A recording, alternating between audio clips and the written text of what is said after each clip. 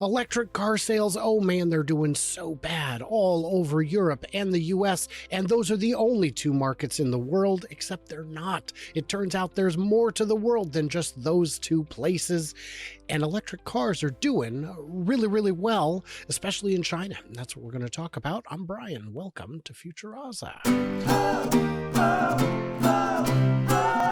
Got Randy Kirk here, so you guys can tune out now.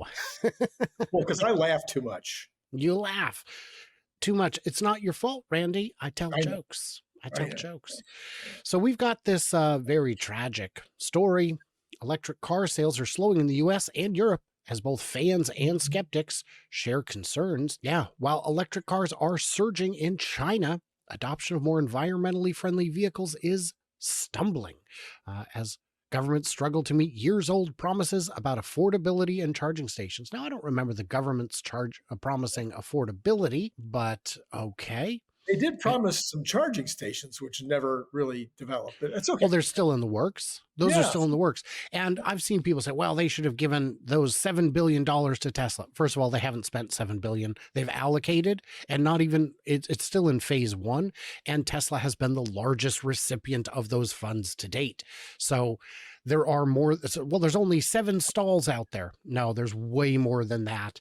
And Tesla alone has installed more than that under this program, guys. Don't believe everything you read. Some people are out there to divide us. Don't let them win. China's the exception, driven by government subsidies and mandates. Vehicles with electric motors, including plug-ins, topped 50% of sales all the way back in July. So that's pretty good. You and I talk regularly about a variety of brands, but I don't know if we've ever talked about Leapmotors, who sold 40,000 cars in November. 40,000. Leap. Yeah. Leap Motors. No. Yeah, they were on my radar. Yeah, they were hoping to hit 250,000 this year, and they've already hit it. Wow. Wow. A company you and I are not remotely familiar with. That's an increase of 117% for the same period last year, up 5% from its already gangbusters October. This is fantastic. This is exciting news.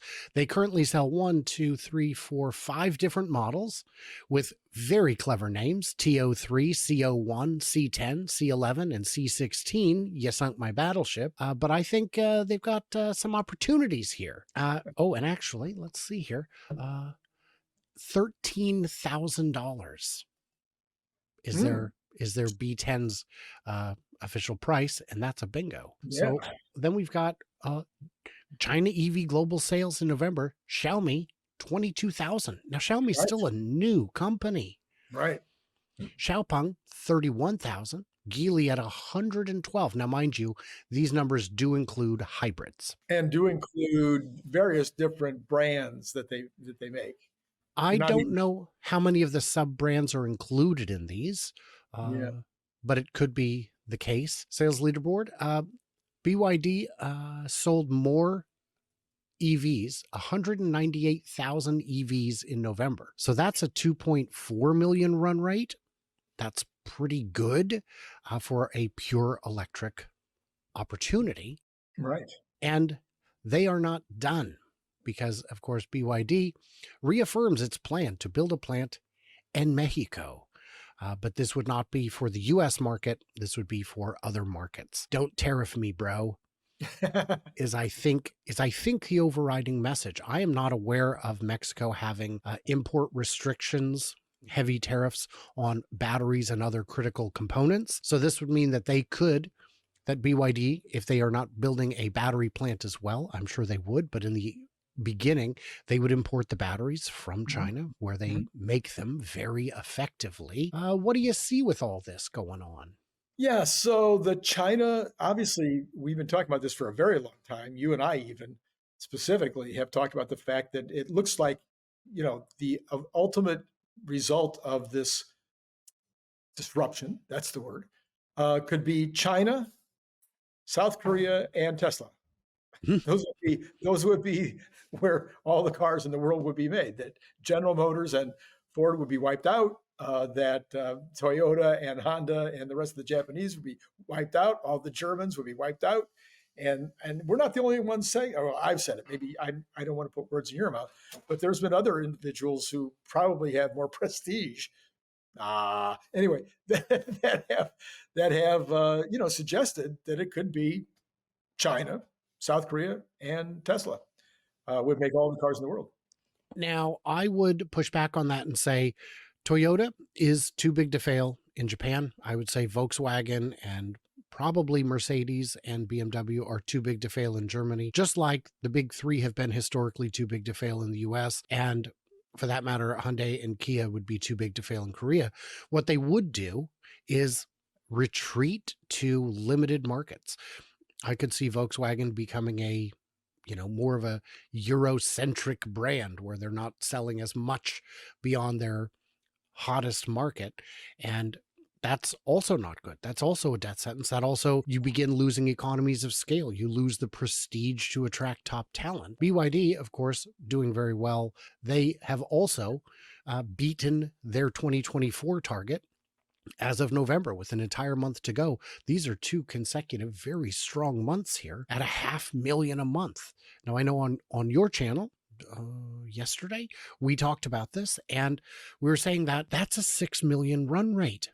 And but those are 2 very strong months. Yes, but they are 2 strong months. I mean, you will see this annual dip when they are closed for, well, it's the Chinese New Year. It is a 2-week holiday, but 504,000 passenger vehicles. This doesn't count their buses and other things that they sell. Yes. And yeah, they're already past 4 million, including hybrids. And we have to include them because that's the number in front of us, but they're pure electric. Here we see their BEV sales grew in November while their hybrid sales declined. That's a good trend. I like seeing that. Yeah, and they're on course to not quite beat Tesla this year for the full year, even though they beat them in the November. It looks like they beat them in November for China. Yes. And no, for worldwide. I'm sorry, for worldwide. Right. Now, here's a reason that China is dominating. Look at this car. What do you think of that? That's got a neat aesthetic. Yeah, if you like that style, yes. Yeah.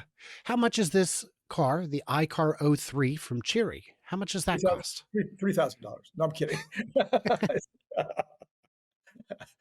I have no idea. It starts at 15,000 in China. Yeah. I saw a post on Reddit the other day. A gentleman bought one of these in Laos. He paid 23,000 for this, but with more options. An up option version that has like a ladder on the side to put stuff on the roof. Yeah. 23 grand for this. Wow. It's got an LFP battery. It's got decent range. It does everything he wants it to do, and it looks fantastic. Yeah. This is what legacy car companies are up against.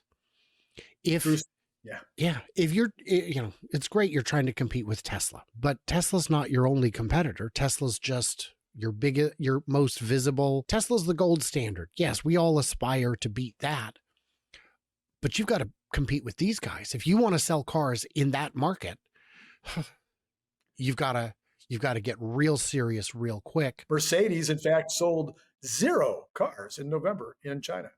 None of the EQ-B or E, I believe. They 0. dropped to 0. And I've looked at that car. I wouldn't buy one either. Mercedes was an aspirational brand for like all of my life. But over the last 3-4 years, I've realized I don't want one anymore. They're no longer what they were. They're no longer the best, the coolest, the most beautiful. They've got a Mercedes EV with a 3rd row. You know what it looks like? The ugliest station wagon I've ever seen. And you want me to spend 100 grand on that? That's not it. And if you're really, I don't know, huffing paint, I suppose, you could be Jaguar and trying to release this. Come on. First of all, you didn't even get this from Fiverr. I don't know where you got this, but this is not good. This is... What are you doing? First of all, you're never going to build it. And second of all, you couldn't. And of course, we've got a Epstein video in the middle of this. Thank you, Wired. And yeah, it's And I saw terrible. and I saw one comment on X that said, "This is one of the times that you're hoping that they won't build the concept car." That's a good comment. Whoever Yeah, posted that, yes. thank you for the giggle. This is ridiculous. What on earth? Randy, what is, you've consulted hundreds of businesses. I'm I'm Ford, I'm GM, I'm Volkswagen.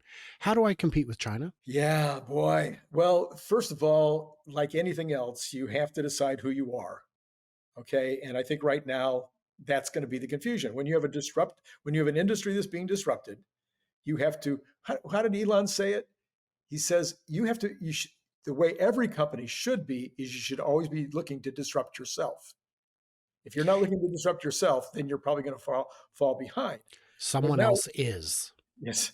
And now that you're being disrupted and you look around and you're seeing you're being disrupted on the autonomy side, you're being disrupted on the electric side, you're being disrupted by the Chinese because of their labor rates. Okay, you go to Mexico. That's a good idea. You go to Mexico, you start making some cars in Mexico, which has an even lower labor rate than China does right now. That's fine. But what else are the Chinese doing that you're not doing? And that is their system, the entire systematic way that they build the car, the way that they build the factory, not even as good as Elon, but a lot better than General Motors and Ford in terms of design of the factory, design of the inputs, et cetera. So you really have to kind of go back, as they said they were going to do on their e-cars. You have to almost go back to that blank slate. What do we do from the ground up that is not going to be something that's going to beat the Chinese and Elon Musk next year? What's going to beat them in 5 years? Because it's going to be 3 years. Well, that's another thing. I read an article the other day. Don't know how true it is, but roughly speaking, it takes an American car company 3 years from the time they design it to the time that they produce it. It takes Tesla roughly 2 years, as we just saw with the Cybertruck. From the time they finalized the design, it was 2 years before it was produced. The Chinese are doing it in a year. Well, when you can do that, now you're really giving the other guys a problem. Ah, you cooking with grease. I got to tell you, this is the answer. It is, you got to tear down the whole thing and start over. There's only so much you can patch up the existing system. You're going to get built-in inefficiencies. You need to take a step back and say, what is a car? And if I were landing on an alien planet and had to start with nothing, what would I do to get something that's compelling, affordable, easy to build, fast to build? And the answers exist. They're there. You just have to stop thinking about what was and think about what should be. It's very frustrating, and I feel bad for these companies, but at some point they have to realize they've done it to themselves. So I think that's the crazy part. You guys, And what then did we miss? Yes, go ahead. they could go back and read the book on what happened to Xerox. What happened to Xerox? They got disrupted. Mm, Yeah. unfortunate. Unfortunate. And now no one knows who they are. Uh-huh. Well, the reality is if you don't disrupt yourself, someone else will. That's why that was the crazy thing that made Steve Jobs so different is he had the perfect device and he would kill it.